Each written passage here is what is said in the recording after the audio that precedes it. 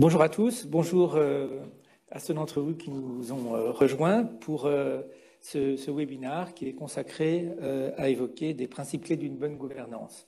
Une réflexion a eu lieu au sein du comité de la gouvernance du MEDEF, qui est présidé par Patrick Bertrand, et nous avons décidé de consacrer du temps à réfléchir à quelques principes clés d'une bonne gouvernance. Ce groupe est composé de Delphine Gieux, qui est conseillère en gouvernance et en stratégie durable, d'Alexandra Lavergne, qui est directrice générale de Hugo et Victor, d'Alain Pietrancosta, professeur de droit, de Charles Robinet-Dufaux, PDG du groupe NR, de Carole Xeref, qui est administratrice d'EFAGE et d'Ipsen, et d'Ignès Djadour, qui est juriste senior au MEDEF. Alors, j'ai eu l'honneur de présider ces travaux que nous allons présenter, que nous allons discuter avec le concours de 4 invités. Alexandra Dupont, qui est associée de Raise et vice-présidente du COMEX 40 du MEDEF. Jean-Christophe Fromentin, qui est délégué général du Forum de l'Universel. Bertrand Leclerc, qui est entrepreneur d'entreprise familiale, et en particulier au sein du groupe Mullier, et Thomas Lemal, qui est cofondateur d'OE. Alors pourquoi cette réflexion? Nous avons pensé que la gouvernance est trop souvent perçue comme un corpus de règles et donc plutôt une contrainte. En réalité, la gouvernance est un formidable moteur de performance globale et de pérennité à long terme. Et nous avons pensé que le moment était venu de suggérer quelques principes plutôt intemporels de gouvernance dont il est souhaitable qu'ils concourent à la réflexion et surtout à l'action des dirigeants. Alors, aucun de ces principes ne se suffit à lui seul, aucun ne prime sur les autres. C'est ensemble, c'est de leur pratique combinée que naît la confiance. Comme ces principes ne sont pertinents que s'ils sont vivants, que s'ils sont partagés, que s'ils sont reconnus comme tels, nous avons choisi de les discuter aujourd'hui. Alors, sans plus attendre, ces principes, c'est la confiance, une gouvernance animée par le sens du bien commun, le courage, la pluralité des gens, le couple pouvoir et responsabilité, et enfin la bienveillance. Chacun de ces principes de gouvernance sera présenté par un des membres du groupe de travail. Donc sans plus attendre, je passe la parole à Carole Xeref qui va évoquer le principe de confiance. Merci beaucoup Emmanuel.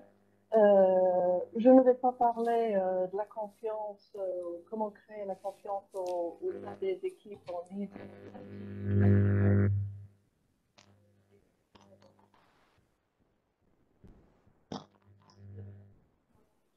Je pense que je vais donner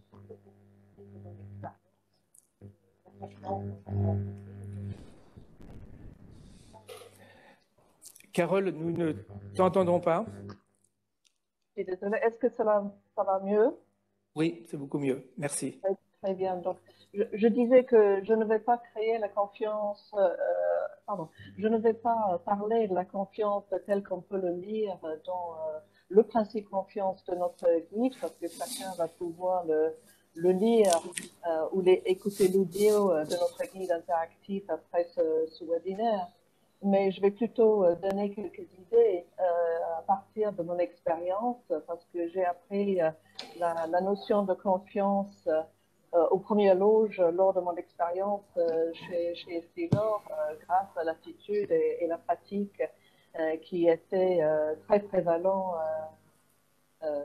suite à la manière de gouverner, de manager et de crédit spontané. Pour moi, créer la confiance, c'est un savant dosage temporel et relationnel. Si on regarde le côté temporel tout d'abord, et puis il y a deux facettes à cela. Temporel, il y a d'une part l'immédiateté. il faut gérer en même temps le court, le moyen et le long terme de l'entreprise, ce qui veut dire donner des réponses immédiates, mettre en place une organisation et donner des perspectives, c'est-à-dire la stratégie. Et tout ça pour donner du sens à l'action de l'entreprise. Et puis, il faut faire donc dans la durée, car plus les équipes se connaissent et se font confiance, plus les affaires vont vite, car la confiance s'instaure dans un écosystème qui est connu et construit. Donc, en agissant ainsi, on crée aussi un climat de compétitivité, car la confiance partagée donne envie aux équipes de se battre et de gagner, bien sûr. Sur la partie relationnelle, tout d'abord, il faut avoir confiance en soi, bien sûr, mais pas trop. On ne peut pas trop le montrer pour ne pas devenir ou être perçu comme étant arrogant. Au moins, l'humilité est également un atout. Il faut avoir confiance dans les autres, ce qui n'est pas toujours un trait très évident pour certains Français. Et puis, il faut avoir confiance dans les perspectives. Il faut reconnaître de chaque membre de l'équipe et il faut mettre les gens en responsabilité. Il faut savoir chasser en meute, comme disait Xavier. Et on chasse en meute quand on a confiance dans l'apport et l'expertise de chacun. Dans cette meute, il faut que chacun porte un poids ou une responsabilité équilibrée. Pour ça, il faut trouver le talent de chacun. Alors, comment on fait pour faire tout ça? Bon, tout d'abord, il faut s'aider les uns et les autres à se situer sur le chemin de la confiance, savoir expliquer, encourager, donner une explication de qualité. Il faut convaincre avec de vrais arguments. Une personne se développe quand on lui permet de prendre des décisions dont elle est responsable. Apprendre, pour moi, est une formidable expérience et l'expérience de la responsabilité croissante concrétise la confiance. Enfin, il faut apprendre de ses erreurs ou ses échecs.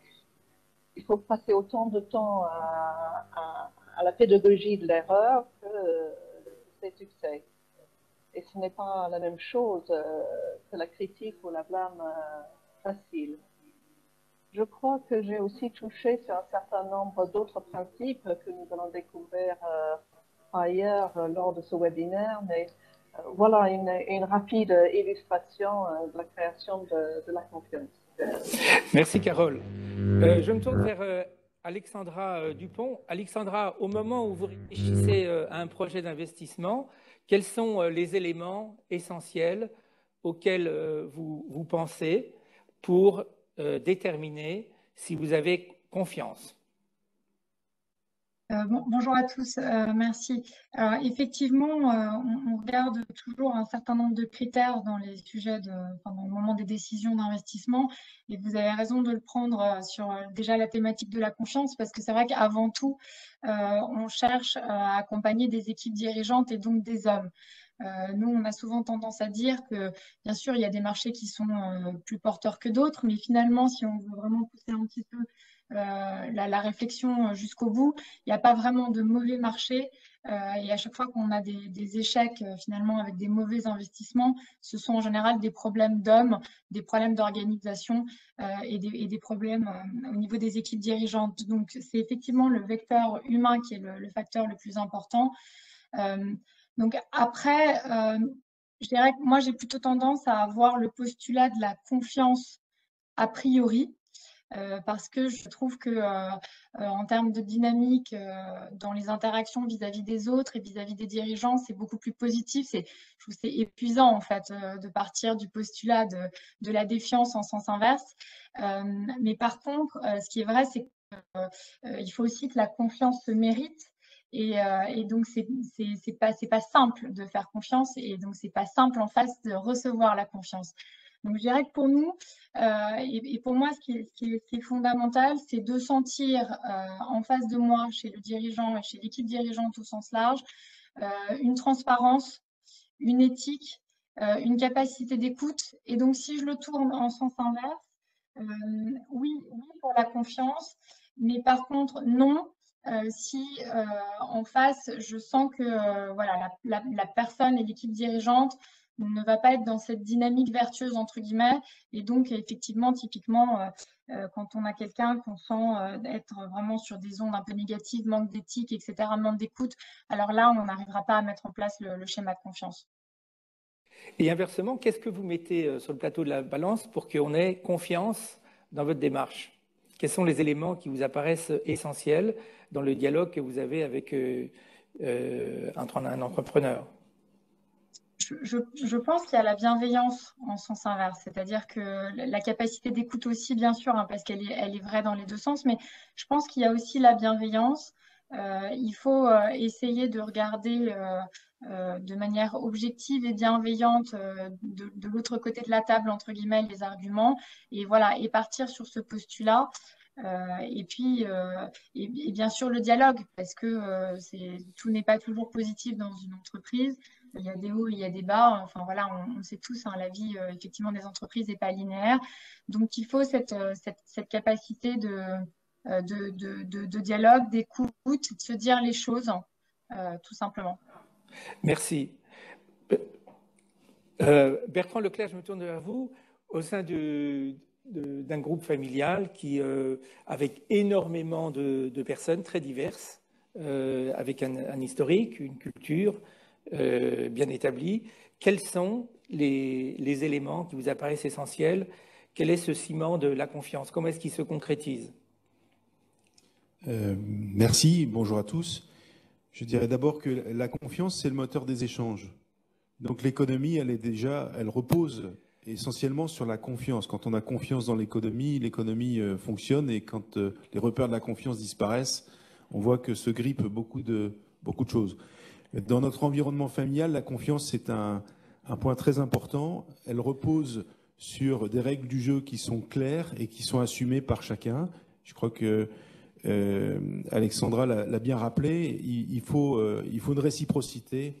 Il y a un engagement et ça passe chez nous par la connaissance du projet. Cette connaissance du projet passe par un leader clair qui est connu de tous, affirmé, qui porte un projet et qui va générer les éléments de la confiance. Et derrière la confiance, on en parlera peut-être après sur d'autres sujets, mais il y a nécessairement un missionnement.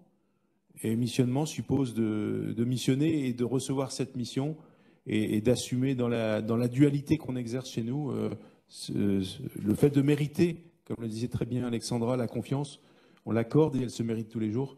Ouais. Voilà, c'est un contrat.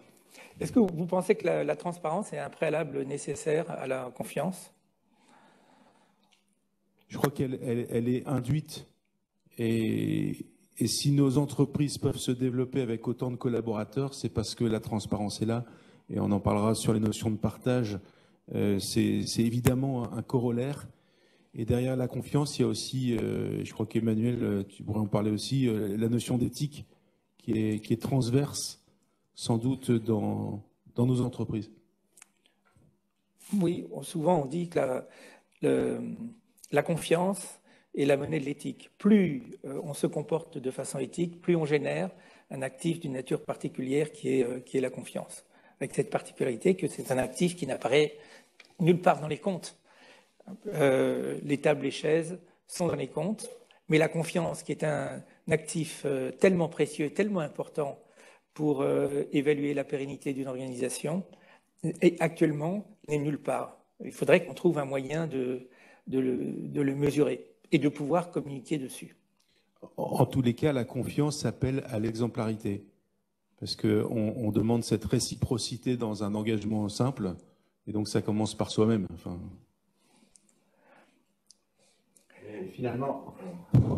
Finalement, merci Emmanuel. Je pense que, comme le disait Alexandra, en face de la confiance, on a aussi la bienveillance.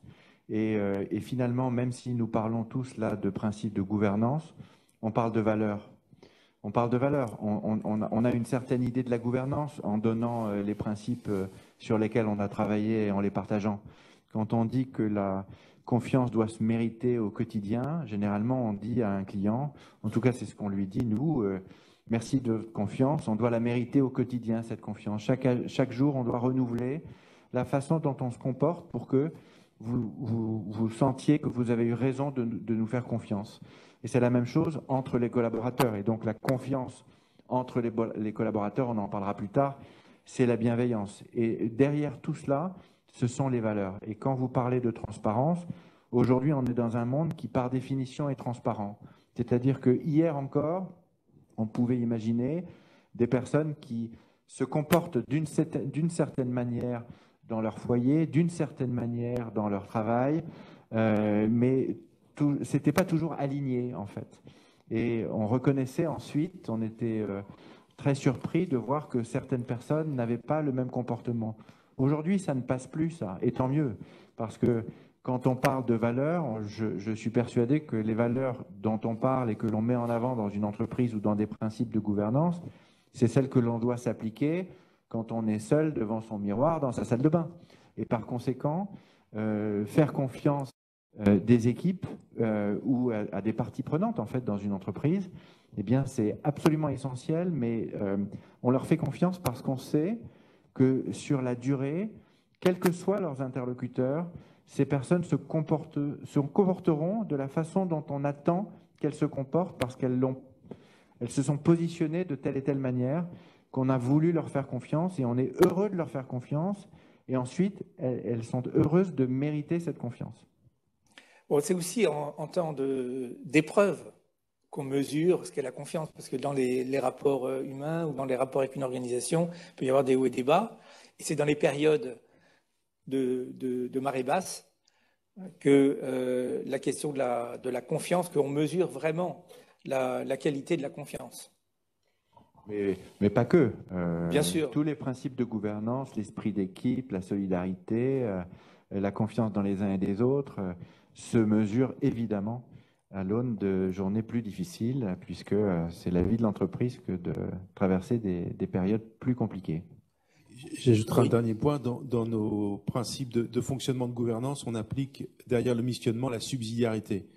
Et la subsidiarité, c'est bien le fait de laisser à quelqu'un d'autre le fait de faire le maximum de choses au plus près possible du besoin client, et en lui laissant le maximum de marge de manœuvre. Et donc, c'est bien un abandon en tout cas un don de la responsabilité. Le fait de confier effectivement cette responsabilité, c'est très fort. Et donc, c'est parce que ce lien de confiance existe. Sinon, ça ne peut pas fonctionner. Et du reste, la personne qui accepte la responsabilité le fait parce qu'elle sait qu'on lui fait confiance. Et quand les décisions sont dures à prendre et qu'elles sont prises au plus près du terrain, c'est là qu'on voit que le lien de confiance est fort. Très bien. Le second principe que nous allons évoquer est une gouvernance animée par le sens du bien commun. Et c'est Delphine Vieux qui va nous présenter ce principe. Bonjour à tous ceux qui nous entendent, et pardonnez-moi pour ces 2 minutes de retard, j'ai eu un petit souci d'électricité, de connexion. Oui, je suis en effet, alors je souscris à tout ce qui vient d'être dit et je pense pouvoir faire le lien en parlant de contribution au bien commun. Pourquoi? Parce que je suis pleinement convaincue qu'une bonne gouvernance ne se conçoit pas sans une idée de contribuer intentionnellement, initialement ou non d'ailleurs, au bien commun. Alors, par bien commun, j'entends, et je sais que Bertrand Leclerc, qui est avec nous, a une autre formulation que je trouve très intéressante, j'entends une utilité pour d'autres que simplement les associés et la société, c'est-à-dire une utilité au-delà du simple cercle auquel on pense initialement quand on parle de société, c'est-à-dire les associés et la société. Ça peut être une utilité dans le quoi faire, c'est-à-dire est-ce que je sers un objectif environnemental, un progrès technologique, l'amélioration du bien-être de consommateurs. La réponse à un besoin comme Charles aussi, la société de Charles. Donc tout cela, ou tout ça, ça répond à un besoin, ça a une utilité, ça contribue au bien commun, qu'il soit exprimé par le quoi ou aussi par le comment. Ça peut être aussi dans le comment je le fais. Et c'est pourquoi je fais vraiment une distinction. Par bien commun, je n'entends pas simplement la philanthropie qui est après, qui est l'usage du profit que la société peut générer. Non, la contribution au bien commun, ça s'intègre dans un business model et ça contribue à son efficacité parce que ça réunit des parties prenantes autour ça donne du sens, on parle de raison d'être, mais on n'a pas besoin de parler de raison d'être, c'est un peu comme M. Jourdain, on n'a pas besoin de parler de raison d'être ou de mission, même si je trouve cela très très utile, ne faites pas d'erreur sur mes propos. Mais voilà, parfois, il y a, je pense, beaucoup de sociétés, on ne le pense, qui ont un sens bien commun, qui animent leur gouvernance, qui animent leur façon de faire le business et de faire vivre leur communauté de salariés, de clients, de fournisseurs, de banquiers, d'actionnaires, mais aussi toute la communauté territoriale dans laquelle ils agissent et ils évoluent. Eh bien, ces sociétés-là ne l'ont pas forcément exprimé, mais voilà, leur gouvernance est plus efficace parce qu'ils s'accordent autour de cette contribution au bien commun.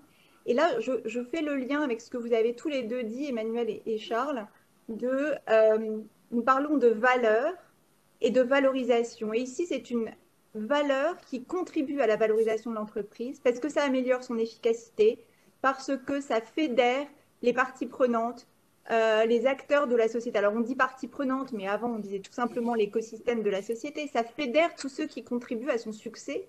Ça permet sa pérennité, sa durabilité, et évidemment son efficacité et sa profitabilité. Donc, je pense que c'est très important. Et les organes de gouvernance doivent, en particulier en ce moment où nous traversons une période compliquée, en dehors même de la crise sanitaire, nous sommes en période de mutation technologique, démographique, extrêmement violente. Eh bien, c'est en particulier dans ces moments un peu chahutés où l'intérêt de se fixer un cap, de le garder et de mettre les moyens pour le faire prend tout son intérêt et toute son efficacité. Merci Delphine. Et comment se définit ce sens du bien commun? Qui va le décider et qui pourrait dire non, là, c'est pas vraiment le bien commun? Comment est-ce qu'on gère cette question? Moi, je pense qu'il est très important et j'ajoute vraiment, cette question est très pertinente parce que je pense aussi que de s'accorder sur une formulation, enfin une formulation pas d'ailleurs, mais enfin sur l'idée, s'accorder sur l'idée, ça permet de pas réconcilier, parce que réconcilier, ça part du principe qu'il y a un désaccord au départ, mais en tout cas, ça permet de mettre sur la même longueur d'onde, de fédérer et d'aligner les perspectives des actionnaires et de la gouvernance qui les représente, à savoir les structures de direction, le comité exécutif, je sais pas, la direction financière, commerciale, RH, qui sont absolument essentielles. Et il faut que ce soit une petite société ou une grande société, on a quelqu'un qui s'occupe de la compta, du contrôle de gestion, on a quelqu'un qui s'occupe des RH, on a quelqu'un qui s'occupe de l'usine, si on a un directeur d'usine. On a évidemment un directeur commercial. Eh bien, tout cela, ou une personne chargée du commercial, eh bien, il est important que le comité exécutif, comme les organes de gouvernance, qui rendent compte aux actionnaires, aux financiers qui sont dans le capital, par exemple, mais aussi les banquiers, parce qu'il y a souvent des clauses de financement qui dépendent de la gouvernance. Eh bien, c'est important de s'accorder sur cette expression de la contribution au bien commun pour que, justement, tout le monde parte de la même idée du sens de l'entreprise et de l'endroit où on veut la mener. Alors, à ce titre, un auditeur... Le leadership est essentiel, pardon Emmanuel. Oui, en ligne avec ce que vous venez d'évoquer, un auditeur demande si la responsabilité sociale des entreprises est un bien commun. Ah, c'est une très bonne question. Je pense qu'elle en fait partie et qu'elle la mesure d'une façon réglementaire, mais que ça ne peut pas être une fin. Par bien commun, j'entends aussi une forme de fin. La RSE, pour moi, c'est une... la RSE pure, hein, c'est-à-dire responsabilité sociale d'une entreprise. Une responsabilité, c'est relativement défensif. Donc, c'est plus dans le... c'est totalement dans le comment, mais c'est plus dans la gestion des externalités négatives. Moi, je pense réellement qu'il y a des ambitions positives à formuler et à avoir pour être plus efficace. Et c'est distinct. Ça intègre la RSE, mais ça ajoute à la RSE. Merci. Bertrand Leclerc, je me tourne vers vous. Le bien commun, qu'est-ce que ça signifie pour vous? Il y a beaucoup de choses qui ont été dites. Je crois que déjà, familialement, on porte un projet vision. Et si on part de l'expression d'un projet, on peut déjà expliquer beaucoup de choses à nos collaborateurs, à nos actionnaires. Ce projet vision chez nous s'appelle Creating for People. Et on dit, au-delà de nos intentions pour nos actionnaires, que nous voulons devenir une plateforme d'entreprise performante au service de l'épanouissement environnemental, au service du développement du capital humain, du capital naturel. Et cette expression-là qu'on a sortie en 2015, elle est un shift profond, un changement. Jusqu'avant, on disait que c'était important de développer nos entreprises et qu'on en faisait profiter le plus grand nombre, c'est-à-dire nos collaborateurs, qui sont pour la plupart actionnaires. Et on est allé porter ce message bien au-delà en constatant, comme l'a très bien dit Delphine, qu'il y a d'autres parties prenantes et qu'on ne peut plus se contenter de constater qu'une entreprise est utile lorsqu'elle sert ses propres intérêts. Donc on a pris conscience de ça, je crois, depuis 4-5 ans, très fortement. À titre personnel, ayant interrogé beaucoup de nos anciens, je suis revenu avec une expression pour moi-même en disant, finalement, le bien commun, pour ma part, je serais utile si... je vais dire autrement, je dis, je ne ferai rien dont je ne serais fier de parler à mes petits-enfants. Et donc, j'ai un grand-père qui disait, le devoir à court terme rejoint l'intérêt à long terme. Et je crois qu'on est toujours dans les choix qu'on peut avoir dans une entreprise sur la ligne de crête, entre est-ce que je vais aller plutôt à droite ou à gauche, et finalement, il faut qu'on ait une manière, en tout cas, de conduire les événements qui nous permettent de choisir. Et je crois que c'est ce à quoi chacun est appelé dans son propre discernement. Mais quand une entreprise porte un projet vision, que j'appelle vision, c'est-à-dire un projet enthousiasmant qui sera utile aux clients et qui contribuera finalement à rendre un service plus utile au plus grand nombre, je crois qu'on est au service du bien commun à ce moment-là. D'accord. Merci. Charles? Oui, pardon, vas-y. Je pense que le point que souligne Bertrand est important, c'est-à-dire c'est le lien entre ce que vient de dire Delphine et le long terme et la résilience. On parle souvent pour l'entrepreneuriat familial d'un long terme, bien entendu, parce que généralement les fondateurs ont mis un certain nombre de valeurs dans des entreprises avec un objectif particulier de long terme, et la résilience est dans leur gène, évidemment. Mais aujourd'hui, il n'y a pas que l'entrepreneuriat familial qui est porteur de sens et qui a besoin de long terme. On voit bien que les modèles qui, justement, ne sont pas à la fois bienveillants, mais là, qui n'ont pas une notion d'un sens commun, d'un bien commun, pardon, vis-à-vis de l'ensemble des parties prenantes de l'entreprise, finalement, ces entreprises-là ne sont pas pérennes. On ne peut pas, sans cesse, décennie après décennie, fonctionner en maltraitant ses employés, ou en maltraitant des actionnaires, ou en maltraitant des clients, ou en vendant des produits qui n'ont pas de sens, qui ne rendent pas véritablement service. Et dès qu'on est sur des notions de court terme, eh bien, par définition, il n'y a pas de long terme. Donc, la logique du bien commun, c'est aussi mécaniquement une logique de long terme et de pérennité. D'accord.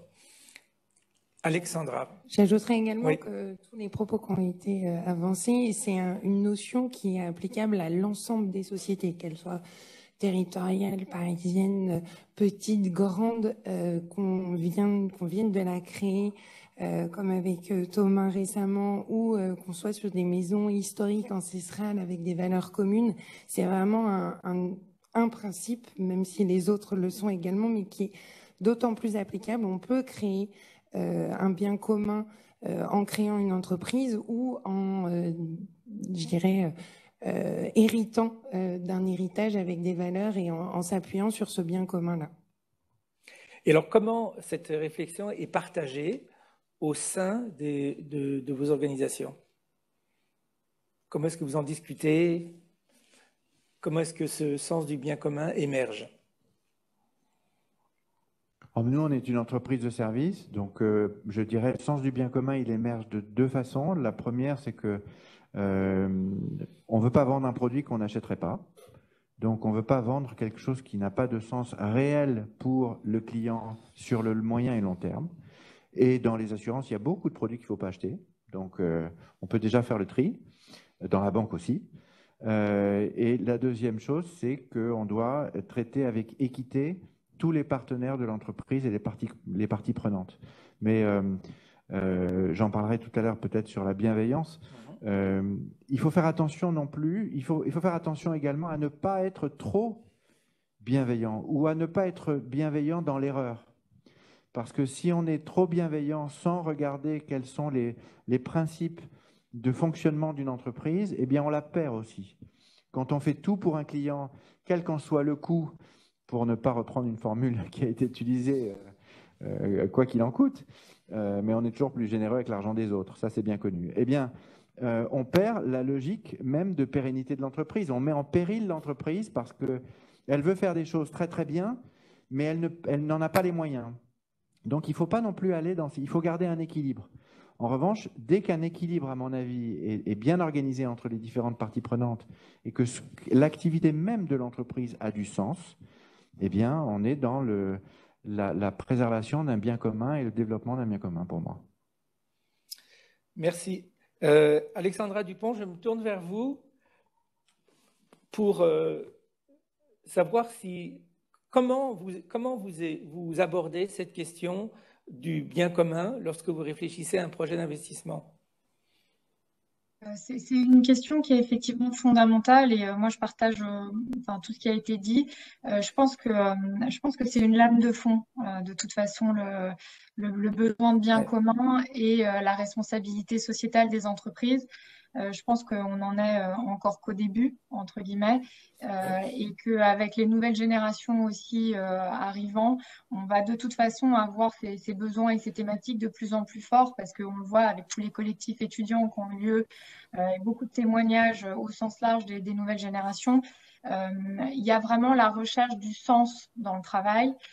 Et donc, il y a vraiment la recherche de voilà, quelles sont les valeurs de l'entreprise, est-ce que l'entreprise incarne cette responsabilité sociétale, etc., etc. Donc, c'est vrai que c'est quelque chose qui est assez fondamental pour nous chez Raise. En tout cas, on a pris, nous, cette réflexion et ce virage assez tôt, puisque c'est vrai qu'on a eu cette initiative il y a 7 ans de s'engager vraiment dans une finance responsable et de reverser une partie de nos profits pour justement les actions philanthropiques, soutenir les entrepreneurs, etc. Donc c'est quelque chose qui est très incarné aujourd'hui chez nous, qui est partagé par tous les collaborateurs et donc qui est également partagé par les dirigeants qu'on accompagne. On cherche bien entendu à être cohérent avec les dirigeants qu'on accompagne et à voir donc si ces valeurs sont également présentes chez eux. Alors, tous n'ont pas des fondations, etc., parce que c'est compliqué à mettre en œuvre, mais sans aller jusqu'à reverser une partie de ses profits, ça peut être vraiment sur plein d'exemples au quotidien qu'on sent si la société est tournée vers ce sens du bien commun ou pas. Et donc voilà, je pense qu'effectivement, c'est assez fondamental pour nous. Et c'est vrai que quand il y a la démarche d'écrire une raison d'être ou d'aller un petit peu plus loin dans la formalisation de ce sens du bien commun aussi, ou en tout cas des valeurs qu'on veut mettre en avant, ça aide bien entendu à la lisibilité pour tous les collaborateurs. Alors on le voit, à chaque fois qu'on est confronté à un de ces principes, il y a une idée qui revient en permanence, c'est celle du courage. Alors le courage est le troisième principe que nous voulions évoquer, et c'est Carole Xeref qui va introduire le sujet. Très bien, merci. Oui, en effet, le courage est encore un principe intemporel dans la vie des affaires et un outil de gouvernance, car il s'exprime dans un rapport aux autres et la vie de l'entreprise n'est fait que de rapports, par exemple avec les clients, les fournisseurs, entre collègues, avec ses actionnaires. En tant qu'étrangère, j'ai toujours été amusée par une salutation française qu'on exprime souvent quand on se quitte. Bon courage. Et pourquoi faut-il encourager ou souhaiter du courage? Ne faut-il pas tout simplement en avoir? Et c'est sûr que dans la vie des affaires, on en a tous. Donc, le courage est une prise de risque. Mais il ne s'agit ni d'inconscience, ni d'aveuglement, ni de témérité. C'est bien une action à tête froide, même si le courage se manifeste souvent lors des situations tendues, incomprises, ou lors des décisions difficiles. Je dirais que dans l'intérêt du fonctionnement collectif qu'est l'entreprise, le courage, tout comme la confiance dont nous venons de parler, le courage doit toucher toute la chaîne hiérarchique. La personne courageuse, bien entendu, hein, c'est une qualité aussi bien de femme que d'homme. La personne courageuse manifeste sa capacité d'agir et peut encourager les initiatives et le courage des autres. Ça peut être une situation win-win, car le courage du chef d'entreprise dans une affaire pour encourager, par exemple, le client à en faire preuve, par exemple, améliorer ses ventes, gagner des parts de marché, ce qui évidemment bénéficiera aux fournisseurs également. Pour lancer à nouveau le débat, je citerai quelques exemples de comment pratiquer le courage en entreprise. Prendre le risque, faire confiance. Autre principe que nous venons de parler. Faire confiance et déléguer. On peut diriger par le contrôle ou on peut diriger par la confiance.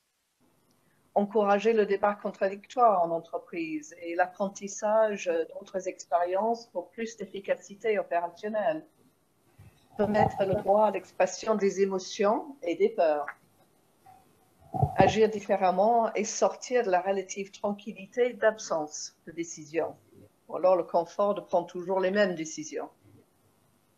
Régler les conflits dans l'intérêt du collectif de travail et du sens de la coopération. Mettre ensemble le capital et l'humain. Ça, c'est le courage de l'actionnaire salarié. Et c'est également un beau sujet, car c'est le courage d'avoir une vision à long terme. Avoir une politique de récompense du comportement et non du seul résultat. On vient d'en parler et Charles en a fait allusion. Enfin, l'incitation à tirer les leçons de l'apprentissage, des échecs, du passé, du feedback. Alors, si le courage est une vertu recherchée, comment va-t-on la chercher? Comment va-t-on l'évaluer?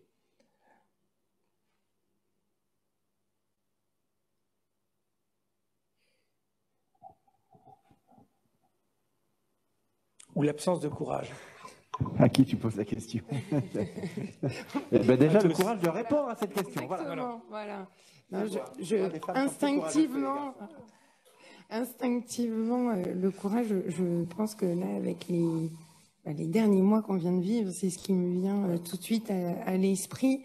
Je pense qu'il a fallu faire preuve de courage, d'adaptabilité, etc. Et c'est quelque chose comme les autres principes de gouvernance dans les tempêtes qu'on vient de vivre et qu'on évoquait avec cette crise du Covid. Le courage a pu prendre plusieurs formes, déjà dans le comportement qu'on pouvait avoir dans l'ensemble de la société ou avec son écosystème ou voilà, dans les interactions qu'on a eues de manière quotidienne dans la gestion d'une entreprise. Voilà, c'est vrai qu'instinctivement, la notion de courage en ce moment vient dans cette crise qu'on vient de vivre. D'accord.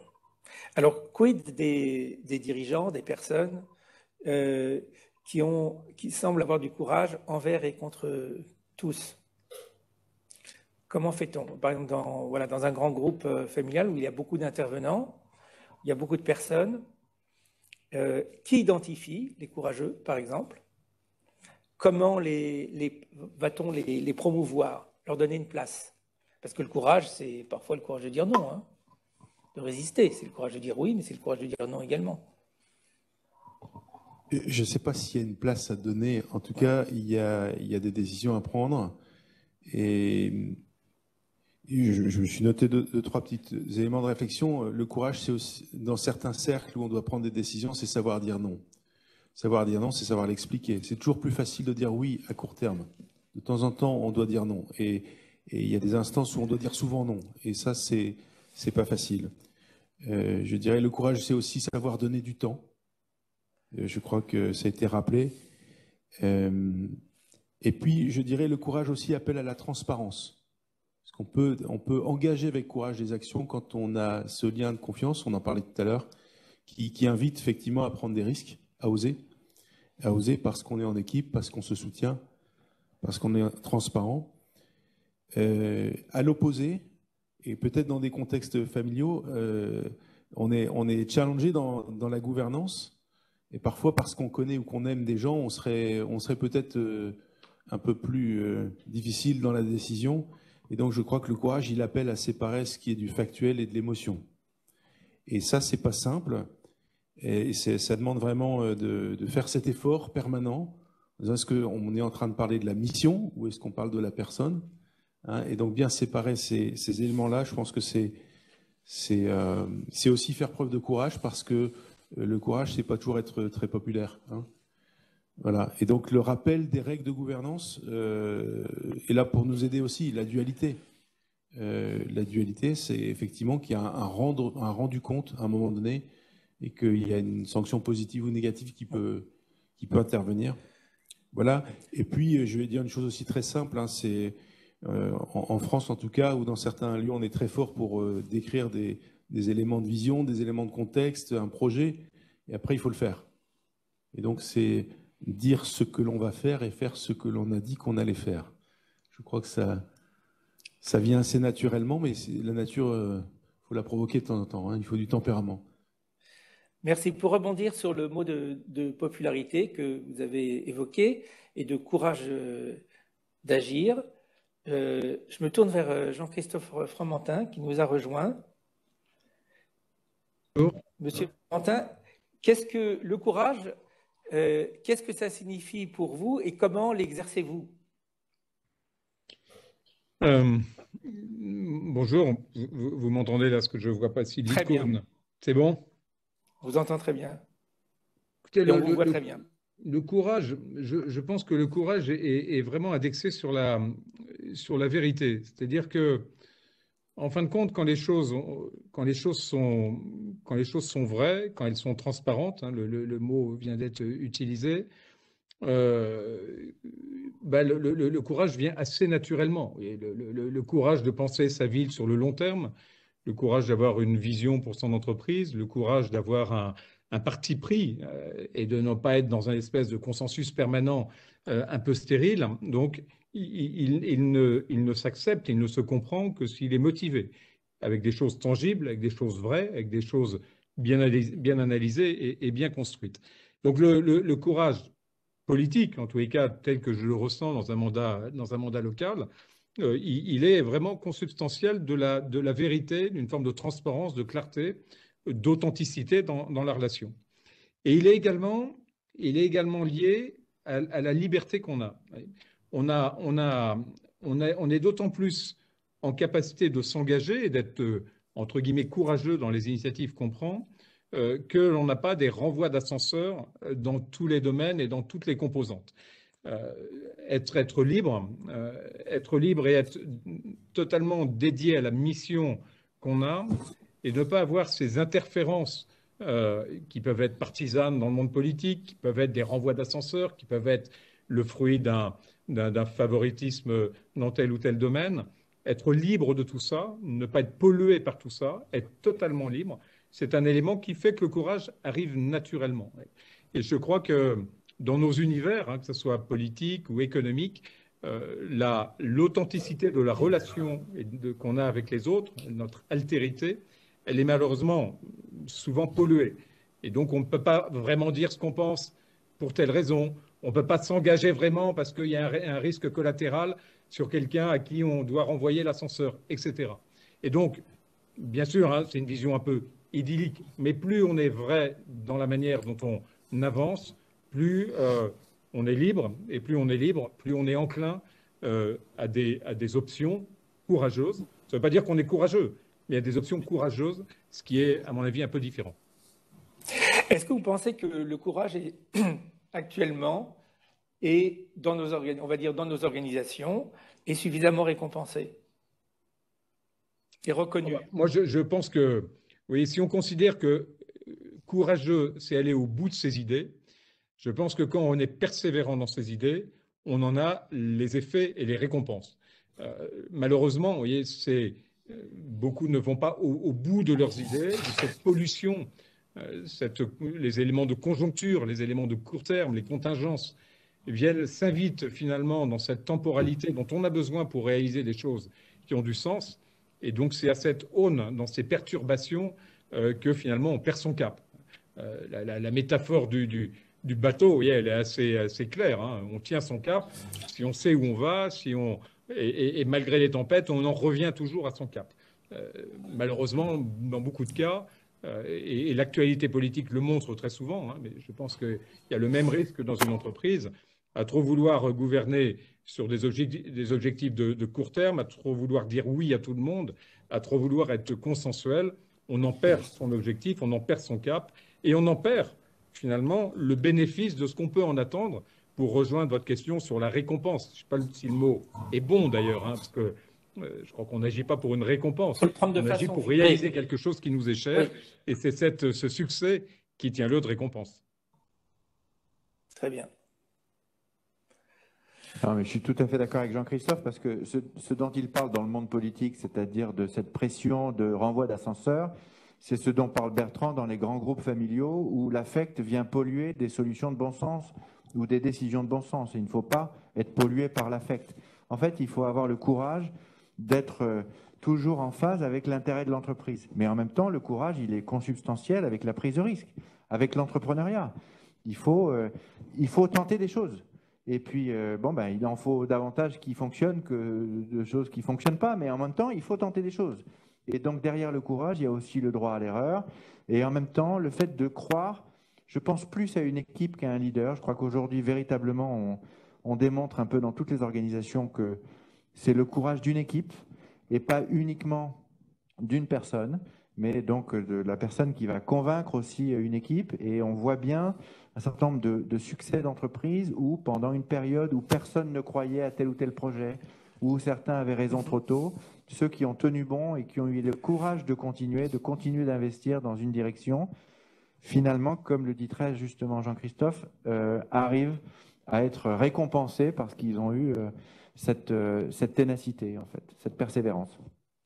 Alors, dans des vies très engagées comme celle que nous avons tous, que vous avez tous, probablement, il y a eu des occurrences où on a manqué de courage et où on revit ces épisodes. Qu'est-ce qu'on peut faire ensuite? Et puis, est-ce que vous voulez évoquer peut-être des situations où ce que vous avez ressenti, comment vous avez réagi à votre propre manque de courage? Moi, je crois qu'il y a le courage et le doute, hein, et les deux sont consubstantiels de notre nature humaine. On hésite, on doute, on s'interroge sur nos propres forces pour aller vers l'objectif qu'on s'est assigné, et donc on manque de courage parce qu'on pense aussi qu'on n'a pas confiance, et qu'on n'a pas confiance d'abord en nous. Et c'est là où, comme ça vient d'être dit, je pense que la notion d'équipe, elle est fondamentale, parce que voilà, une équipe, elle est là pour donner le bon coup de coude à celui qui hésite ou qui s'endort, à donner l'encouragement à celui qui doute. Donc voilà, la notion d'équipe, elle est d'abord là pour se tenir les coudes, hein, et quand il y en a un qui flanche, avancer ensemble. Donc je pense que la seule parade au risque de manque de courage, c'est d'avoir au préalable embarqué tout le monde dans un dessein commun. Et c'est pour ça que dans une entreprise, comme dans une collectivité, comme au niveau de l'État, avoir un cap, une vision, c'est le seul moyen pour fédérer. Autrement, ça devient la somme des intérêts particuliers et non pas le destin commun. Et que dans un destin commun auquel tout le monde ou le maximum croit, il y aura toujours quelqu'un pour vous dire, allez, vas-y, on est tous ensemble sur le bon chemin.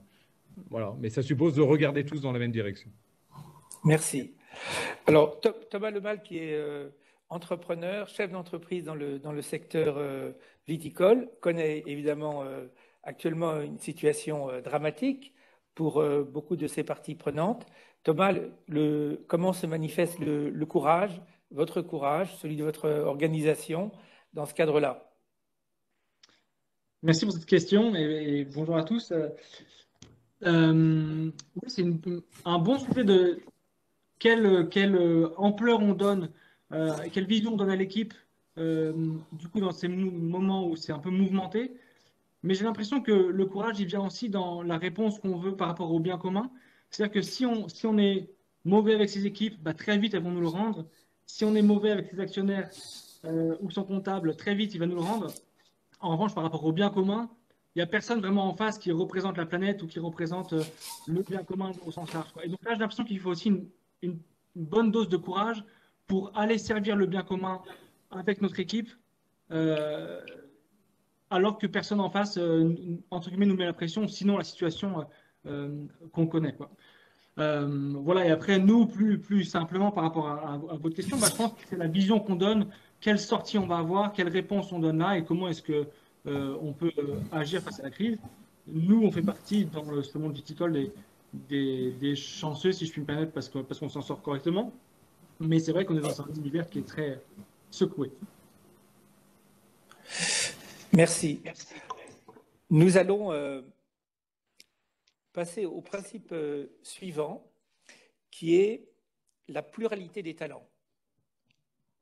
Un sujet essentiel, qui est aussi un sujet d'actualité, mais un sujet de fond.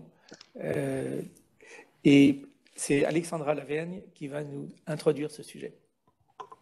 Alors, pour rapidement, donc la pluralité des talents, effectivement, comme tu le dis, Emmanuel, le sujet d'actualité, ça évoque beaucoup de valeurs à beaucoup de gens et chacun à sa manière.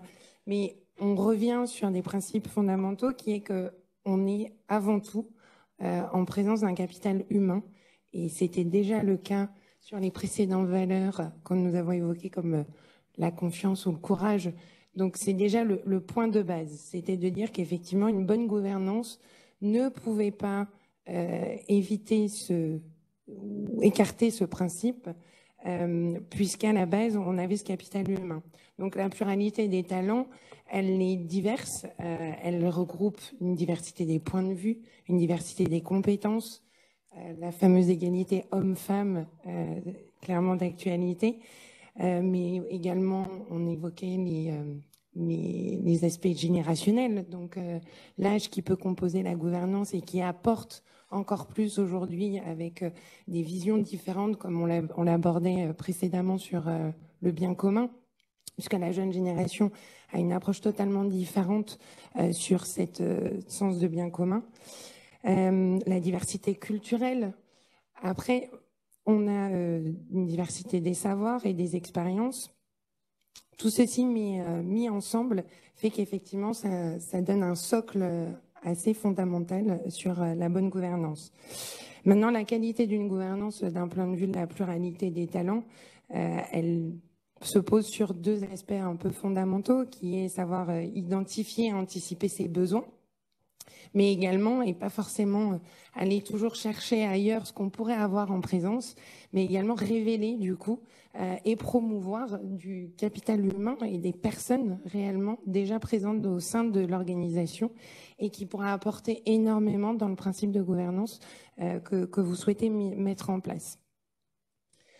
Bon, je pense que le besoin d'agilité n'est plus à prouver en ce moment par rapport à la période qu'on vit. Donc, je dirais également un des points importants que nous avons évoqués sur la pluralité des talents et le fait d'avoir ce fondamental, et encore une fois recoupe d'autres principes comme la confiance ou le courage, c'est le fait d'avoir en présence des gens venant de plusieurs horizons avec plusieurs expériences permet une certaine diversité de pensée et une liberté de parole. Donc, c'est un socle supplémentaire à la confiance, au courage, au bien commun, dans cet échange qu'une bonne gouvernance peut apporter à la société. Alors, un auditeur nous pose la question de savoir si le courage ne consiste-t-il pas à comprendre que les talents sont différents en entreprise et que les leaders doivent se débarrasser de l'injonction de perfection, autant pour eux-mêmes que pour leurs collaborateurs. l'idée étant probablement que cette question de la perfection est diverse aussi, hein, qu'il y a un talent divers, perfection diverse. Bon, instinctivement, on a parlé effectivement du droit à l'erreur. Il faut arriver à instaurer cette notion de droit à l'erreur. Mais la première base, c'est la pluralité. Elle peut être très large. On a tous été confrontés à des moments où on avait des choix à faire et où on met telle ou telle compétence ou savoir-faire en avant pour choisir ou pour prendre des décisions. L'idée ici, c'est vraiment d'arriver à identifier de quel type de pluralité la société a besoin pour aller plus loin, ensemble et plus longtemps. Vraiment d'avoir cette vision sur le long terme. Mais la notion effectivement intéressante, c'est de dire de quoi j'ai besoin et une fois qu'on a défini le besoin, est-ce que je l'ai en interne? Puisque la plupart du temps, on peut l'avoir en interne.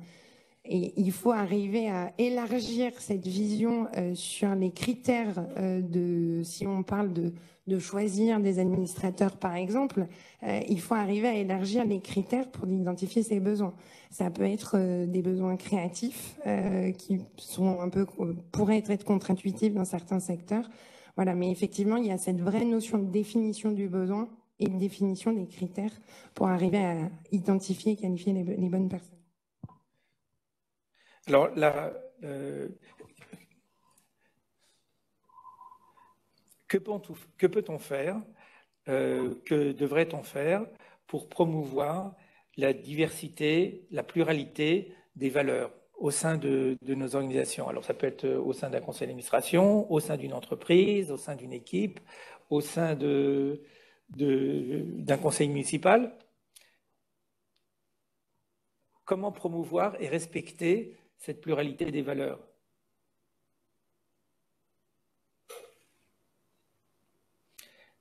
Delphine, je crois que vous voulez prendre la parole. Je me disais, en rebondissant un petit peu sur ce qui a été, pour peut-être relier comme un collier de perles, ce qui a été évoqué un peu plus tôt, et cela répond à cette question en partie.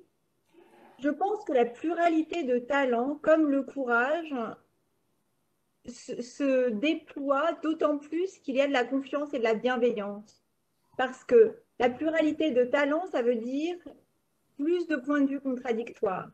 Ça veut dire que tout le monde ne va pas forcément dans le même sens parce que les passés sont différents, parce que les expériences, les formations, les points de vue, voilà, on ne pense pas de la même façon quand on est créatif et quand on est juriste. Quand on est juriste, on a peur de tout, on voit les risques. Quand on est créatif, on voit que le futur et la création. Donc voilà. Et donc, accepter, mettre et exploiter au maximum cette pluralité de talents qu'Alexandra a très bien évoqué, dont elle a très bien évoqué tous les bénéfices, ça fonctionne bien lorsqu'il y a de la confiance et du courage, c'est-à-dire le courage, le droit à l'erreur, le courage qui est aussi parfois celui de changer d'avis. Parfois, c'est la décision la plus courageuse et parfois celle de dire j'ai eu tort, on change de stratégie, on change de voilà, parce que les circonstances ont changé, etc.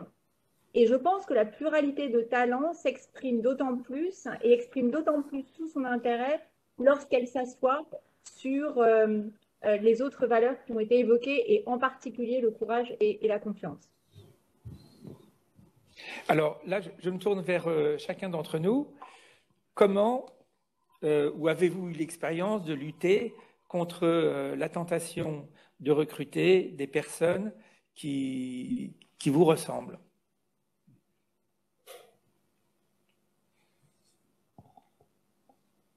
Très bonne question.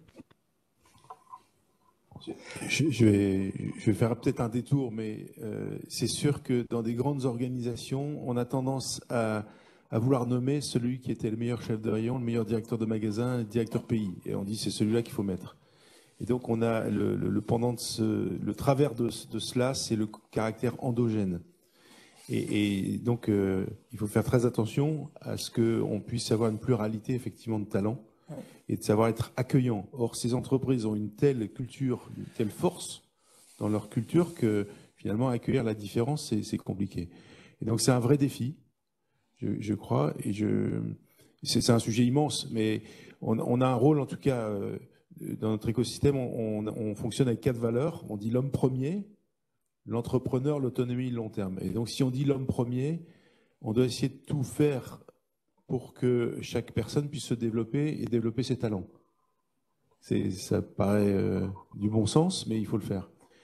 Et on prend conscience, nous, en ce moment, et on est en train de réfléchir à lancer une démarche qu'on appelle Talent Place, qui a pour but de permettre, dans notre écosystème, avec une dizaine de groupes constitués, de permettre aux personnes de voir finalement quelles sont les offres d'emploi qui sont disponibles entre entreprises et de pouvoir permettre à chacun des talents de se déployer là où il le veut. Et donc de pouvoir construire un parcours personnel. Et donc ça part d'une volonté qui est de développer nos talents, de développer les talents chez nous, mais surtout de permettre à chacun de développer le meilleur de son potentiel et surtout également d'encourager à la diversité culturelle, pour qu'on n'ait pas qu'un seul prototype chez nous. Voilà. Mais tu nous poses une question, Emmanuel, alors qu'en fait, on est déjà, je pense, dans l'étape d'après. C'est pas pour nous lancer des fleurs, mais quand tu vois les exemples de Thomas, d'Alexandra Dupont, de ce que fait Raise, de ce qu'a fait L'Oréal, on est nous tous convaincus, on est convaincus du système de la pluralité des talents, en fait, de la richesse de ça. On est convaincus qu'à partir du moment où on est aligné sur des valeurs, toutes ces richesses, toutes ces différences sont des richesses. Donc, s'il y en a qui pensent qu'ils peuvent toujours, que c'est un plus d'embaucher des gens qui leur ressemblent, tant mieux pour eux. Mais nous, on croit vraiment dans le modèle alternatif qui apporte, puisqu'on le vit au quotidien, de la performance et un enrichissement personnel et professionnel formidable. Merci. Je vous propose de passer au principe suivant, qui est le couple pouvoir-responsabilité. Alors, c'est également un sujet qui nous est cher. L'idée est que pouvoir-responsabilité constitue un couple indissociable. Il ne devrait pas y avoir de pouvoir sans responsabilité. Et de même, il ne devrait pas y avoir de responsabilité sans pouvoir. Cette responsabilité, elle est à l'égard de nombreuses, on va dire, parties prenantes, les associés, bien entendu, les collaborateurs, les employés, les partenaires financiers, les clients, les fournisseurs, les communautés au sein duquel on opère. Et avoir conscience de ce couple pouvoir-responsabilité éclaire les prises de décision et nous donne aussi le courage nécessaire à la direction d'une organisation. Donc ce bon équilibre, comment l'exercez-vous et quels défis avez-vous pu rencontrer dans votre pratique, dans votre exercice, à l'occasion de votre activité? Je me tourne vers Jean-Christophe Fromentin. Oui, je vais juste revenir une seconde sur le débat d'avant sur la pluralité des talents. Oui. Moi, je pense que chacun a plusieurs talents. Alors, on recrute quelqu'un parce qu'il est comptable, on recrute quelqu'un parce qu'il est urbaniste, on recrute quelqu'un parce qu'il il a tel diplôme et tel savoir-faire, expertise. Et en fin de compte, on le recrute qu'une toute petite partie de lui. On le recrute parce qu'il est expert en finance, mais sa vie n'est pas l'expertise en finance. Heureusement pour lui, il a une autre vie. Il a une vie avec des passions, il a une vie avec des cultures, il a une vie avec du sport, il a une vie avec de la curiosité. Et en fin de compte, je pense qu'on a tous une pluralité de talents dans nos équipes. Mais c'est à nous de créer les conditions pour extraire ce talent du prisme de l'expertise qu'on lui a confiée. On fait tous cet exercice. Moi, j'essaye de le faire, par exemple, régulièrement, en prenant des équipes de toute la ville. Alors, je prends des gens du secteur social, de l'urbanisme, de la propreté et d'autres. Et on fait un déjeuner et on parle d'un sujet qui n'est la spécialité de personne, mais qui est un enjeu pour la ville. Et donc là, tout le monde va au-delà de son expertise. Il parle en tant que citoyen, il parle en tant que père de famille, il parle en tant qu'amoureux de la culture. Et donc, on va chercher le talent au-delà de l'expertise qui est confiée dans l'entreprise. Et c'est un exercice, moi je le fais toutes les 15 jours, enfin moi en ce moment parce qu'il y a des contraintes, mais c'est réunir, alors je le fais beaucoup avec les cadres intermédiaires. Ça me donne aussi l'occasion de voir autre chose que mes directeurs de pôle, mais de voir toutes les cadres intermédiaires. Il doit en avoir à peu près 200 dans les services de la ville. Et on se réunit par 10, 12. On prend un sujet de la ville. Et là, je découvre que celui qui a une spécialité et que je cantonne dans cette spécialité a l'occasion de s'exprimer en connaissant la ville et ses problèmes sur un enjeu que d'autres talents qu'il a permettent d'éclairer et lui de se faire valoir, d'être valorisé. Donc on peut tous faire ce recensement des talents cachés, des gens qu'on emploie et dont on pense qu'ils sont seulement fermés sur l'expertise pour lesquels on les a recrutés, mais qui, heureusement, ont un talent qui va bien au-delà et des talents qui vont bien au-delà et qui peuvent être utiles à l'entreprise. Voilà, sur le pouvoir et responsabilité, je dirais que le plus dur à faire, il est pour les dirigeants. C'est-à-dire qu'on a envie d'alléger les deux. On a le pouvoir, les responsabilités, on assume, on est prêt à assumer tout le temps et beaucoup. Et qu'en fin de compte, le courage, pour revenir à un des éléments de tout à l'heure, il est de savoir distribuer le pouvoir et les responsabilités et d'économiser aussi notre temps, notre énergie, notre disponibilité à ce qui relève d'une forme de coordination, d'une forme d'intérêt stratégique ou d'une forme d'arbitrage. Mais combien d'entre nous arrivent à s'extraire de cette volonté d'être responsable de tout et chef de tout, et combien c'est un exercice, pour moi en tout cas, peut-être d'autres le font plus facilement, et combien c'est un exercice permanent de transmettre du pouvoir, de transmettre de la responsabilité. Et quand on le fait bien, moi j'ai jamais eu aucune difficulté à quelqu'un à qui je donnais du pouvoir de lui faire admettre que le corollaire c'était la responsabilité, et vice-versa. Et si c'est bien exprimé, je pense que les deux s'agrègent assez facilement, que le défaut, il est plutôt chez nous, dans une asymétrie, à vouloir finalement tout garder pour soi, ou trop garder pour soi. C'est garder l'absence de responsabilité et l'excès de pouvoir. Bon, ben, ça marche dans tous les sens. Hein. Pour certains, c'est trop de pouvoir sans responsabilité. Pour d'autres, c'est toutes les responsabilités sans se mouiller. Et donc, c'est sans pouvoir visible et assumé. Je pense que malheureusement, les dérèglements dans ce diptyque pouvoir-responsabilité, ils génèrent toute une série d'équations, parfois très complexes. Oui, mais c'est intéressant parce que vous évoquez un moment essentiel qui est celui au cours duquel vous confiez un pouvoir. D'ailleurs, on dit confier une responsabilité à quelqu'un. C'est intéressant parce que les deux termes s'emploient, on dirait concomitamment, ou on peut employer l'un ou l'autre. Mais c'est à ce moment-là que vous avez une discussion sur quel sens des responsabilités, quelle responsabilité et la conséquence du pouvoir que vous allez donner, ou vous discutez sur le fond. Je pense que la difficulté pour nous en termes de management, c'est de ne pas donner des responsabilités et du pouvoir de façon déséquilibrée. C'est-à-dire donner trop de pouvoir à quelqu'un sans lui donner les responsabilités, ou à l'inverse, porter la responsabilité sur quelqu'un sans lui avoir donné le pouvoir de tenir tous les éléments qui lui permettent de bien assumer les responsabilités qu'on lui a confiées. Ouais. Et alors, je pense que il est extrêmement subtil, parce que dans toutes nos organisations, il y a 1000 interactions. Et on a tous fait l'exercice, on dit à un tel, tu as fait une ânerie, tu es responsable, et il va trouver tout de suite le collègue, le voisin, qui finalement a sa part de responsabilité aussi.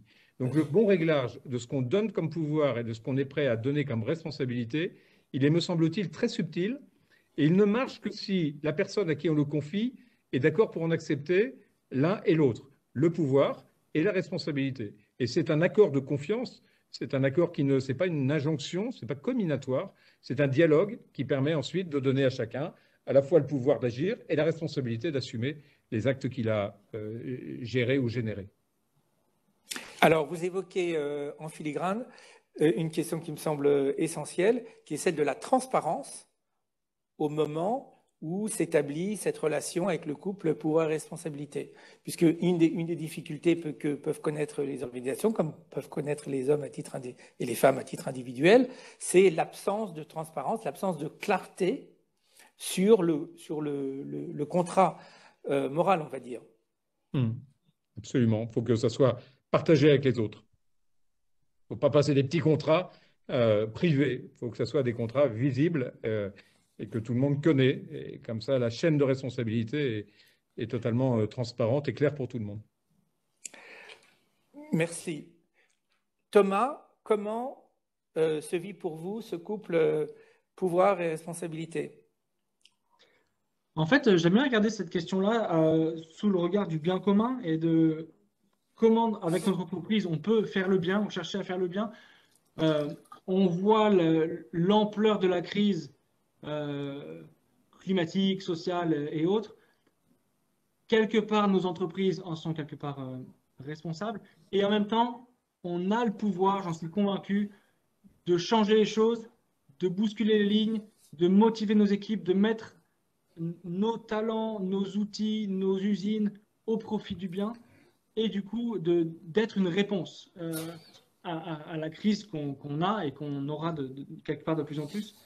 Et je trouve ça hyper intéressant de regarder les choses sous cet angle-là et c'est hyper motivant aussi pour les équipes parce que du coup, on y va ensemble et à la fois le pouvoir et la responsabilité qu'on se donne, bah, elle est vraiment partagée avec l'équipe. C'est d'autant plus engageant, d'autant plus motivant et ça change aussi le quotidien très concrètement de l'équipe parce qu'on voit du sens à ce qu'on fait et on voit que ça sert quelque chose, quoi. Merci. Alexandra Dupont, vous vouliez intervenir? Je voulais juste rebondir sur ce que disait Jean-Christophe tout à l'heure, parce que effectivement, c'est un vrai sujet que la transmission du pouvoir et des responsabilités. Et par rapport à ce qu'on disait sur la pluralité des talents et accepter le fait que finalement il puisse y avoir des caractères très, très variés, très multiples, je pense qu'il faut aussi bien s'assurer effectivement que les gens sont d'accord pour avoir cette charge de responsabilité, parce que ce n'est pas le cas pour tout le monde. Je pense qu'on l'a tous déjà expérimenté dans nos différentes entreprises. Il y a des personnalités qui, en fait, vous leur proposez une promotion, etc. Ce n'est pas forcément ce dont ils vont avoir envie parce qu'ils ne sont pas drivés comme ça et qui mesurent que la responsabilité qui va aller en face va représenter un certain poids. Et c'est assez décontenançant en fait, hein, quand en tant que manager, on a quelqu'un qui finalement nous dit bah non, moi, je ne suis pas vraiment sûre de vouloir cette promotion parce que je ne veux pas forcément la charge qui va en face. Et ça, je trouve que c'est un défi aussi de l'accepter, de comprendre et de ne pas forcément émettre un jugement de valeur négatif. Alors, pour autant, c'est compliqué parce que c'est vrai que dans une entreprise, globalement, ce qu'on attend des gens, c'est quand même d'avoir un moteur, de vouloir progresser, etc. Donc, c'est un peu perturbant comme réponse. Mais voilà, je voulais juste rebondir sur ça et faire le lien avec la discussion d'avant parce que c'est pas tout le monde, effectivement, qui recherche ce couple-là. Et puis juste l'autre chose sur laquelle aussi je voulais rebondir sur le thème de la responsabilité et du pouvoir, c'est je pense qu'il y a un autre mot qui n'a pas été cité qui est pour moi l'exemplarité. Je pense que dans la responsabilité de celui qui détient le pouvoir, il y a aussi l'exemplarité et je pense que c'est assez fondamental d'en prendre la mesure parce que le meilleur moyen quand même d'avoir un vrai leadership, de motiver ses équipes et de faire grandir son entreprise ou son action, etc. C'est aussi d'incarner toutes ces valeurs et donc l'exemplarité. Voilà, je vais juste revenir sur ces deux sujets. Et peut-être un petit apport sur cette notion de pouvoir et de responsabilité. Pour nous, ce pouvoir et cette responsabilité passent par l'alignement des intérêts de chacun dans l'entreprise. Cet alignement passe par le partage. Et nous avons développé énormément cette prise de responsabilité de pouvoir en développant 4 formes de partage. Le partage du savoir, je te forme, donc tu comprends le projet de l'entreprise, tu sais de quoi tu parles. Je te donne du pouvoir, je partage le pouvoir, et donc tu peux prendre des responsabilités puisque tu es formé. Comme tu es formé et que tu prends des responsabilités, je te partage l'avoir. Et donc on partage nos résultats. Et la dernière forme de partage qu'on met en avant, c'est ce partage du vouloir, ce partage finalement de l'ambition de porter le projet. Et je crois que cet alignement des intérêts facilite énormément la juste prise des responsabilités. Voilà. Est-ce qu'au fond, vous pensez que ce bon alignement entre le pouvoir la capacité d'agir aussi, de décider, et les responsabilités, le sens des responsabilités, est une manifestation de l'intégrité. Est-ce que lorsqu'il y a un bon alignement, on va dire, voilà, ça c'est l'intégrité d'un manager, d'un patron, d'une organisation. C'est une organisation intègre. Je dirais que quand on confie des responsabilités, que le projet est bien compris, on peut penser, et en tout cas on fait confiance au fait que les collaborateurs, enfin toutes les personnes, les parties prenantes dans l'entreprise vont faire le meilleur de ce qu'ils peuvent apporter. Enfin, leur discernement sera le meilleur pour en tout cas prendre les meilleures décisions. Et je crois que c'est là l'acte de confiance et de responsabilité qui est de penser que moi je pense que 99,5% des gens sur Terre ont envie de bien faire et que quand le projet est bien adressé, les gens donnent le meilleur d'eux-mêmes. Merci. Delphine. Delphine. Oui, j'avais juste une petite suggestion de réflexion pour le futur d'ailleurs ça fait partie d'ailleurs de nos travaux à venir. Ce couple pouvoir-responsabilité et puis les réflexions qu'on vient d'entendre, elles résonnent particulièrement lorsqu'on parle d'actionnariat salarié. Quand on parle de participation des salariés, ou quand Bertrand Leclerc parlait à l'instant de partage, on pense aussi participation des salariés. Quand on parle en revanche actionnariat salarié, et je pense que Carole qui est parmi nous pourrait en témoigner, on évoque ce couple pouvoir et responsabilité qui doit justement rester extrêmement bien équilibré. Et les deux termes de l'équation doivent rester dans notre esprit lorsque l'on avance sur cet actionnariat salarié qui est un sujet absolument essentiel aujourd'hui dans la transformation de la gouvernance de nos sociétés. Merci. Alors, il y a eu au cours de cette heure et quart maintenant que nous sommes ensemble, un fil rouge ou un fil bleu selon les appétences de chacun, c'est la bienveillance. Bienveillance qui va être évoquée maintenant, qui est notre 6e principe, qui va être évoqué par Charles Robinet-Dufault. Merci beaucoup, Emmanuel. Je m'excuse, je voudrais encore redire quelque chose sur le thème précédent, parce que comme grâce à toi, on a invité Jean-Christophe qui représente un peu le monde politique aussi dans cette gouvernance d'entreprise. Je pense, moi, à la phrase du président Gabin dans le film Le Président de Verneuil que vous connaissez tous. Et on lui dit, Bernard Blier, à ce moment-là, est un affairiste qui lui dit « Mais enfin, monsieur le président, vous pouvez tout, vous êtes président ». Et Gabin lui répond « C'est bien parce que je suis président et que je peux tout, que je ne peux pas tout me permettre ». Voilà. Donc la bienveillance et puis l'exemplarité, c'est important. Merci. Sur la bienveillance… Pardon, juste pour compléter, le pouvoir-responsabilité est moyen d'y parvenir. C'est-à-dire que si on dit à quelqu'un… Tu as le pouvoir, tu dois atteindre tel objectif et tu as la responsabilité. Si on ne canalise pas ou s'il n'y a pas un peu d'éthique dans les moyens d'y parvenir, l'intégrité dont vous parliez peut être mise à mal. Donc voilà, c'est le pouvoir, les moyens d'action, les responsabilités. Cet alignement, il doit être clair sur les moyens d'y parvenir. Oui, et celui qui confie le pouvoir doit s'assurer que la personne qui reçoit ce pouvoir et la responsabilité a l'autorité, la compétence et les moyens. Oui, bien sûr, bien sûr, bien sûr. Alors, sinon, c'est lui ou elle qui est responsable. Tout à fait. Tout à fait. Absolument. Non, tout à fait. Bon, c'est vrai que la bienveillance s'est imposée aussi comme un des principes importants de gouvernance qu'on a voulu retenir, tout simplement parce que la bienveillance reprend aussi, finalement, les différents thèmes dont on a parlé.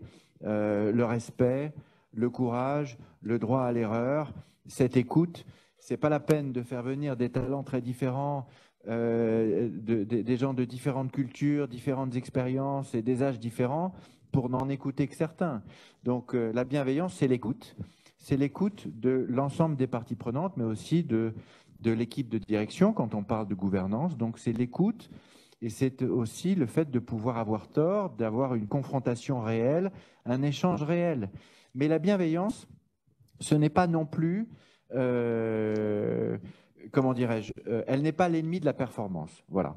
Moi, j'ai connu une entreprise qui a pu, par trop de bienveillance, s'affaiblir. Et il faut garder en tête une bienveillance de compétition, en fait. Et pour finalement résumer ce que j'entends par là, je pense qu'il faut penser au sport. Dans une équipe, eh bien, on veut à la fois être les meilleurs et on veut être bienveillant, c'est-à-dire qu'il y a l'esprit d'équipe, il y a l'entraide, il y a le fait d'aider un camarade qui aurait un problème sur le terrain. Mais en même temps, on veut quand même avoir une exigence de résultat, une exigence de performance.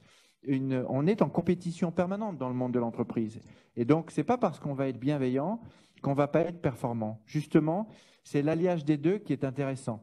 Et en revanche, il y a une confiance très importante. C'est-à-dire que la bienveillance, c'est être certain que la personne qui fait partie de votre équipe, elle ne va pas vous faire un croche-patte, elle ne va pas vous faire un coup en arrière. Si vous mettez une pression, il faut que la pression que l'on met dans ces équipes, et je n'ai pas peur de donner le terme de pression, c'est une pression qui est bonne, ce n'est pas une pression qui vous fait péter les plombs.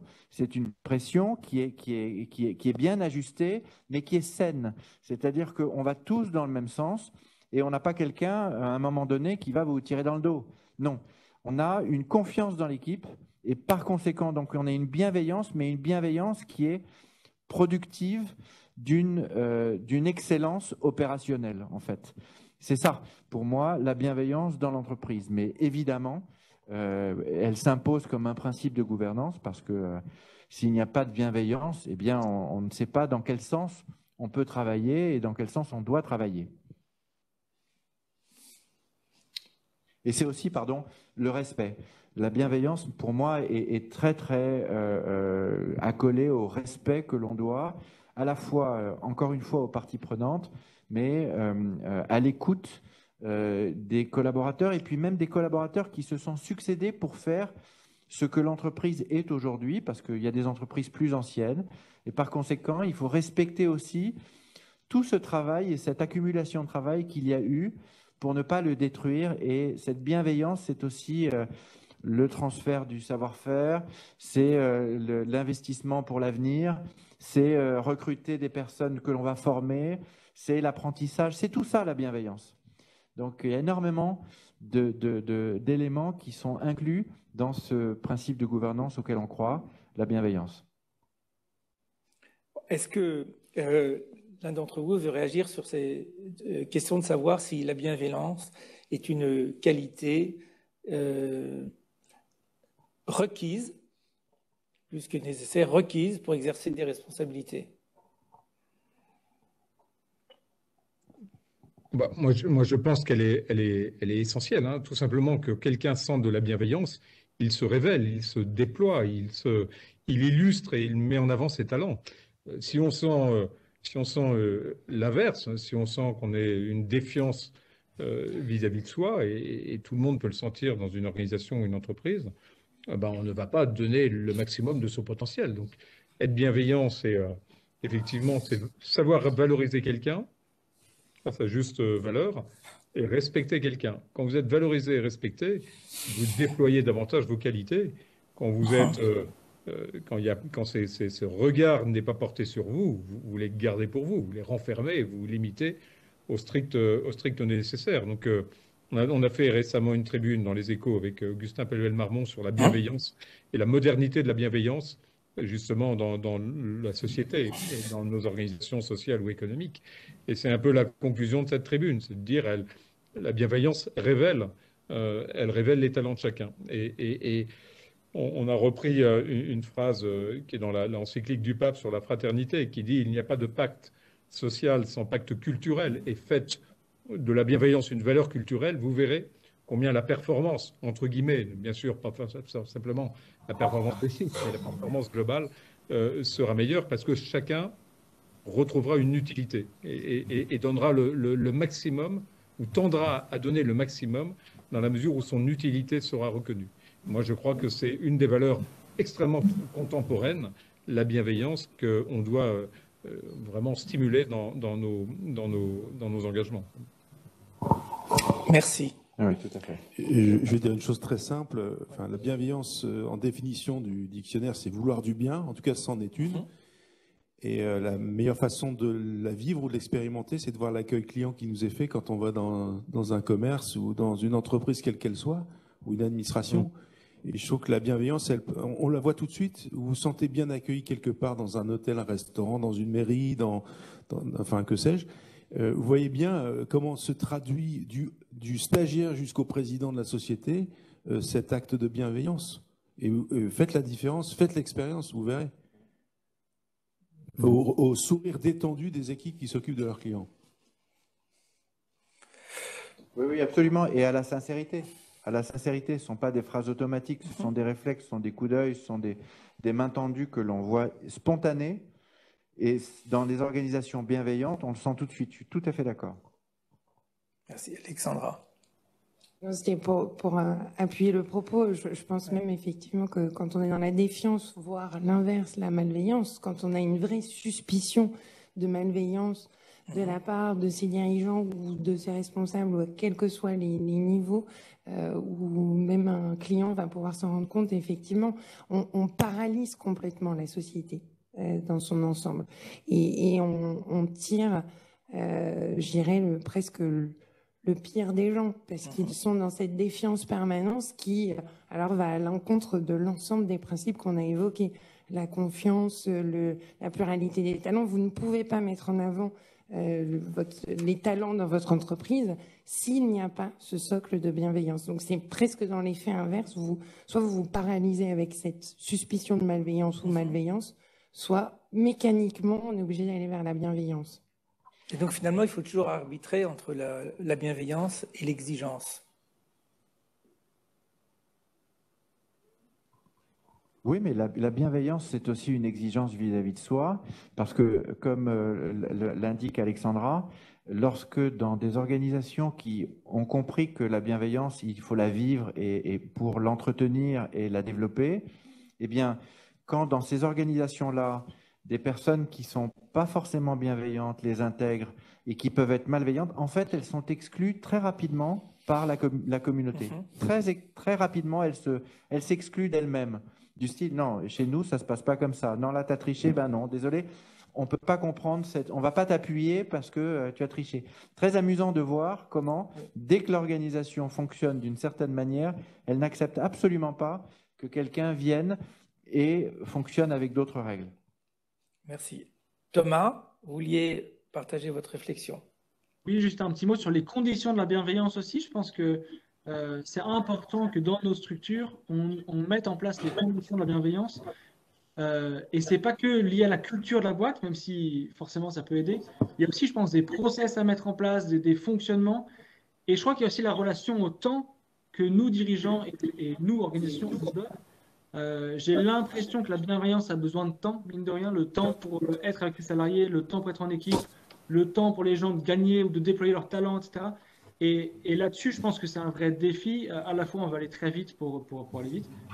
Et en même temps, il faut savoir s'arrêter, prendre le temps, etc. Et je pense que ce n'est pas facile. Voilà. Alors, nous arrivons presque au terme de nos échanges. Et je voudrais revenir juste sur une... Ah, pardon, Alexandra. Je voulais juste rajouter un point, effectivement, au même titre que Charles évoquait, que la bienveillance n'était pas l'ennemi de la performance.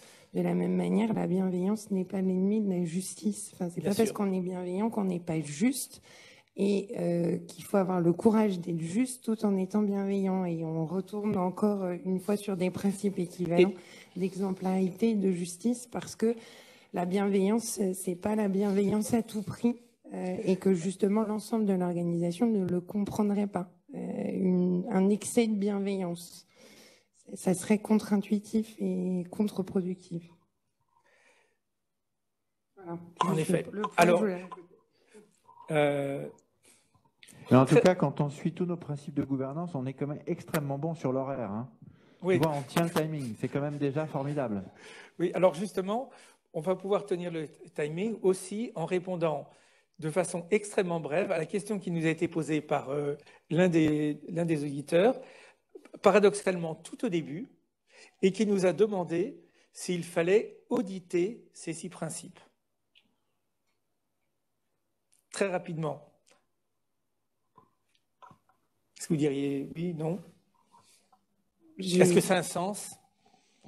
Rapidement, on est presque sur des valeurs, des choses généralisées qu'on a souhaité ne pas appliquer avec... il n'y a pas de bonne de réponse, je dirais, prête sur étagère à appliquer à l'ensemble. Donc, auditer, oui, mais dans la mesure où les engagements pris sont qualifiables. Comme tu le disais, il y a certaines... La confiance n'est pas une valeur qu'on peut assez facilement quantifier ou qui ne l'est pas encore aujourd'hui. Donc, on retombe sur une difficulté qui est de quantifier. Quand on dit le terme auditer, on veut quantifier quelque chose qui ne l'est pas toujours. Non, mais... Merci. Alors, moi, ce que je vous propose, c'est de répondre chacun avec courage, par oui ou par non. Les patrons-patronnes. Moi, je répondrais non, tout simplement, mais je donne une explication, c'est qu'on était dans un état d'esprit d'échange d'expérience, en fait, dans ce groupe de travail. Et donc, on a mis en commun qu'est-ce qui, pour nous, était bon pour une bonne gouvernance. Donc, en réalité, ce n'est pas pour être audité, c'est pour le tester. Voyez les gouvernances qui utilisent ces principes et reconnaissez éventuellement, comme on l'a fait, qu'elles sont finalement performantes et efficaces. Et si vous n'en voulez pas, on ne se permet de rien obliger. On n'est pas là pour obliger. On est là pour faire un échange d'expérience et partager cette expérience. Merci. Alexandra Dupont. J'ai tendance à dire non aussi, mais plus parce que je pense qu'il y a beaucoup de choses qui ne se disent pas, voilà, qui s'incarnent, qui se démontrent au quotidien, mais qui ne se disent pas. À part peut-être voilà, une ou deux peut-être qui sont peut-être plus faciles, comme le bien commun, c'est déjà peut-être un petit peu plus facile à auditer parce qu'on peut avoir une raison d'être, on peut avoir des actions tangibles, etc. Pour le reste, je pense qu'effectivement, c'est plutôt non. Il faut l'incarner. Delphine. Alors, moi, je pense qu'auditer, non, parce qu'auditer veut dire une vision, enfin, implique, selon ce que je comprends, une vision externe, un jugement, une évaluation externe. En revanche, je trouve que c'est une question extrêmement intéressante parce qu'à toutes les sociétés qui procèdent à une évaluation de leur conseil d'administration, souvent effectuée par eux, des auto-évaluations, c'est un excellent thème à ajouter au questionnaire un peu standard sur le fonctionnement du conseil, qui est de dire quelles sont les valeurs de gouvernance que la société s'est assignée, qui pourraient par exemple figurer en préambule d'un règlement intérieur de conseil d'administration. Et est-ce que la société considère, est-ce que le conseil considère à la fin de l'année ou des 3 ans de son auto-évaluation qu'il les a respectés? Donc merci à cet auditeur pour cette question qui alimente ma réflexion sur les évaluations de conseil. Merci. Thomas Lemal. Moi, je pense que oui, il faut auditer parce que si on veut progresser, il faut mesurer. Et l'audit peut être très bienveillant pour le coup et nous donner des bonnes guidelines pour nous améliorer. Et je pense qu'on a tous à cœur de nous améliorer en bienveillance, en bien commun, ou en recherche de bien commun, en confiance, dans le déploiement des talents, etc. Donc ça peut être un bon levier. Et nous, typiquement, on est certifié Bicorp. On est audité par Bicorp pour ça. Et c'est une grande aide pour nous pour progresser. Merci. Bertrand. Si la question, c'est est-ce qu'il faut des principes pour une bonne gouvernance? Des principes, oui. Si on parle de valeurs, moi je dis non, les valeurs, il faut les vivre. On audite beaucoup de choses. J'essaierai, moi, de répondre à une question, c'est quels sont les repères que vous voulez avoir dans votre entreprise, dans un monde qui change à toute vitesse? Et donc, si j'ai des repères, je saurai choisir. Et donc, c'est plutôt ça ma réponse. Merci. Et enfin, Jean-Christophe, avec une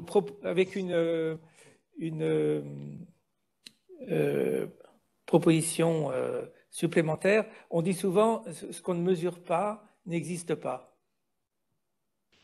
Moi, je suis très prudent sur tout ce qu'on veut tout le temps mesurer. Oui. On passe son temps à remplir des milliards de formulaires, on veut mesurer des stats, des performances, des objectifs contre des financements, etc.